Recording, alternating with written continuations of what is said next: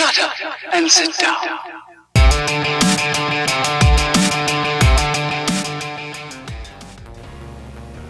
What a great time we're having in our study concerning the invisible path to the sale. We've studied several principles that help us better understand the people that we're selling to. Now, we discovered that in the minds of people that we're selling to, the higher the price, the higher the quality.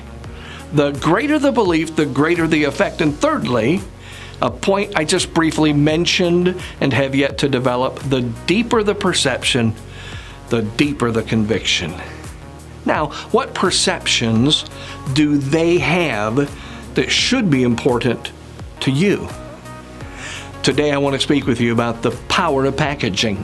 It's all about perception, isn't it? I suggested to you in our first principle that it is all about rationalization. The second principle, it's all about suggestion.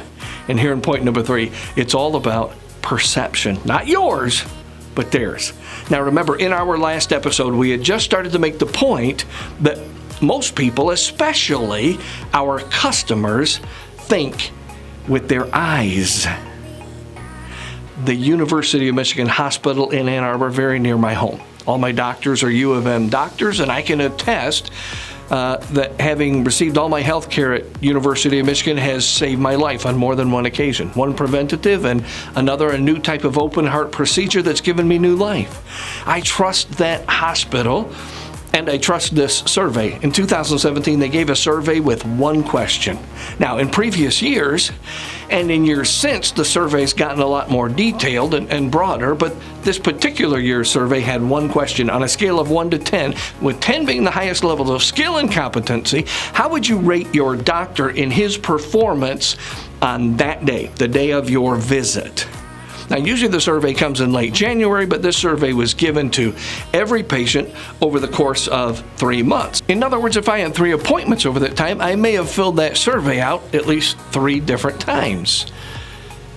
We filled out the survey at the end of every visit, so every patient had to respond. Patients, doctors, and nurses knew nothing about what was going on behind the scenes with this survey. The hospital had announced a change in uniform for all doctors and nurses before this period of time. So depending on what day of the week you visited the hospital or clinic for a procedure, whether it was emergency or follow-up, it didn't matter. You might find your doctor wearing either a tan, a blue, or a white lab coat. This was the policy for all University of Michigan campuses, and I believe there's 5 or 6 different campuses. The results teach us something about perception, and this is where understanding packaging becomes vitally important to your business. Over the 3-month period, a total of almost 200,000 surveys were filled out, and in answer to the only question, how did you rate your doctor for his performance that day, here were the results. On Monday, doctors wore a tan lab coat. Now, the average rating for doctors on this day from those surveyed was a 6.23 rating, with 10 being the best. On Tuesday, doctors wore a blue lab coat. On this day, doctors received a 6.62 rating, but the next day when they wore a blue lab coat with a stethoscope around their neck, watch what happened. On Wednesday, blue lab coat, stethoscope around their neck, and it jumps to a 7.35 rating. On Thursday, a white lab coat, which is what they normally wore every day, and they received a whopping 7.75. And on Friday, doctors wore a white lab coat with a stethoscope wrapped around their neck, and as you might expect, this is what patients believe doctors should be wearing when attending to their needs, and they received an astonishing 8.82 rating. Now, who would believe that? You better make the analogy to your own business.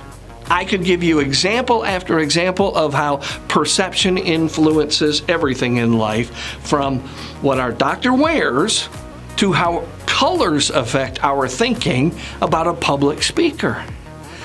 But I don't have to. You basically already know that stuff, except when it comes to your own industry. What are the perceptions that people have about you? What are they expecting from you that you're not delivering on? This is the point of the lab coat illustration. We think with our eyes. Now, all those customers can't be wrong. Some doctors may have scored even higher. Now, the survey didn't take that into account, but here we are ready to approach some other principles, and I want to use this as a backdrop because it's critical to our understanding. All of you, under the sound of my voice, we've examined 3 principles: higher the price, higher the quality, rationalization. The greater the belief, the greater the effect, that suggestion, and the deeper the perception, the deeper the conviction. And this is the perception principle. The last principle I would like to share with you today is this: the stronger the relationship, the stronger the commitment. And here we find it's all about connection. Are we doing everything possible to connect as good people? Now, if you're only trying to look like you're making connections as a salesperson, you'll get exposed as a fraud. Good people look to make true, real connection with everyone. Try this first. Try this and you'll never sound like a salesperson. I attended a concert years ago. It was New Year's Eve. The artist had a very successful recording career. I'm not going to mention them by name. If I did, every one of you would absolutely know who I was talking about. So I'm going to follow my inner voice of reason and not tell you who it is, but I will tell you that I grew up listening to these guys, loved their music, purchased every album, worshiped the ground that they walked on, and that would not be an exaggeration. In all my years, I had never attended a concert by these guys, but I told their concerts were great. It was an over-the-top excitement I had in my heart about this New Year's Eve concert. I had my concert gear branded to this band. I was stoked. I rushed into the concert hall. I'm seated in the special seats reserved for those who get an audience with the band after the show. So I paid a ton for this backstage pass. Curtain went up. The audience applauded for what seemed like 5 or 6 minutes. And without ever acknowledging the audience with even a thank you, the band finally started their show. The only hint I'm going to give you as to who the band were is to tell you that they were branded primarily by a lead vocalist. Now, I have to admit my criticism really wasn't of the band that night. I barely noticed them for the distraction of the lead vocalist and guitarist. He started the second track with these words, never looking at the crowd. I'm so happy to be with you here tonight in Boston. I'm going to play a song that I've sung over 1,000 times in concerts. It's on one of my albums, and you can buy this song anywhere albums are sold, and he started singing. Several problems with that monotone opening. First, we weren't in Boston, we were in Detroit, which he never did correct. Secondly, from the sound of his voice, he's now being forced into singing this song for the 1,001st time. And third, thanks for letting us know where we can buy more of your crap. It only got worse, and it only got a lot worse from there. It was 80 minutes of the worst concert I had ever attended. By the end, there was no enthusiasm. There was no cheering. There was no curtain call. I've never been to a concert where there was no curtain call. And to be totally honest with you, it was so surreal that after the last song, I left. I gave my backstage passes to people sitting in a row. I was that disgusted.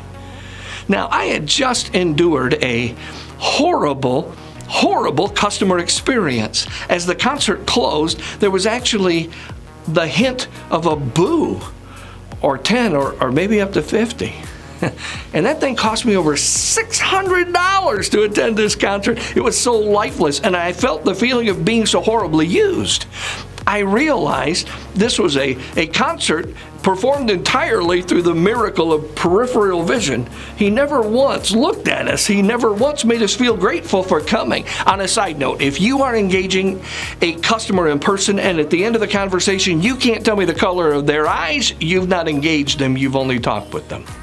Now, here is what that night taught me. The band failed to understand the difference between product and service. Now, I can keep on buying their products. Their albums are great. I got all the t-shirts. I have all the gear. But listen, you feel about a service the way you feel about the person providing the service. And to be honest, I've never listened to or purchased another CD by that artist. Face to face, eyeball to eyeball, heart to heart, that is how we connect. You feel about a service the way you feel about the person standing behind the service, that relationship. When does our business become transactional and lose that relational quality? Here's when. When the person you pay to answer that telephone has to tell a longtime customer, "I'm sorry, Mr. Big Pants, the agency owner can't come to the phone right now. He's really not here that often," or he really doesn't talk to customers that much anymore. Now, wait a minute. You promised to provide a service yourself, not just your staff. It is your name on the sign. You mass sign that policy that's in his hands already. It's like you're performing a concert and you never look at the audience. How is that going to make your audience feel? It will make them feel like they should give away their backstage passes, which, by the way, will happen. The connection will be broken. And when that band acted disengaged, so did the customer base. Not just me, everybody. We all walked away disappointed. Even more than that, disgusted. They did not want to be performing on New Year's Eve, and that was obvious. Well, we had paid good money. They had a great product, but it was delivered through a terrible service. Team, this is part of what you're selling, and it's a big part. But the promise, listen, if you promise the world and deliver Toledo, you've not kept your promise to your customers, and they will eventually abandon you as you have abandoned them. The way they feel about a service is the way you feel about a relationship. That's the way they feel. You are still in control of this. Lead them to the path of pleasure, or they will find for you the path of pain. Take a risk, blow it up, make everything in your life, your business, about service, making and keeping promises. Watch your sales jump through the roof. People are sick and tired of price, product, and personality selling. They want you to connect on the promise. I don't care what you're selling. If you're not selling the promise of you, you're selling a commodity. And although you might get paid, you still might get booed off the stage. You will face obstacles. Paths without obstacles rarely take you anywhere.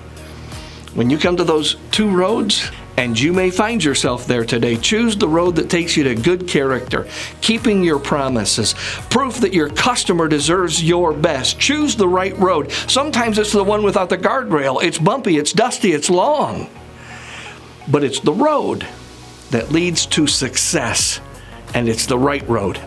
I promise you this, the sheer exhilaration of the ride and the pride you feel when you finish will one day bring you, among other things, financial success. But every day in between, it will make you utterly more fulfilled. And that is more important than a pile of money. Thank you so much for your great attention, team. I will see you in our next episode.